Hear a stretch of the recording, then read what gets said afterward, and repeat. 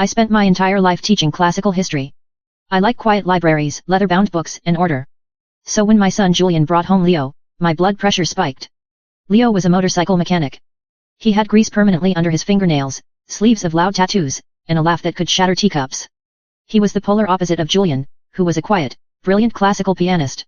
I spent 3 months treating Leo like an unwelcome draft in the house, answering his enthusiastic questions with cold, academic nods.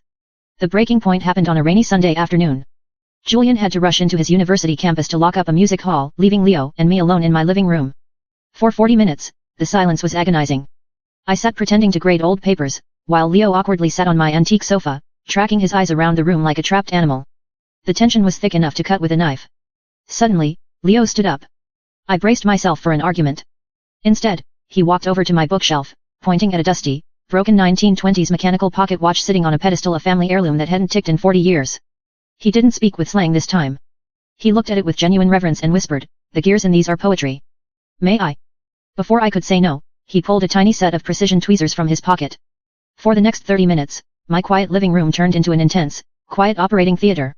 He explained the physics of the old spring mechanism while I found myself sharing the history of the grandfather who passed it down to me.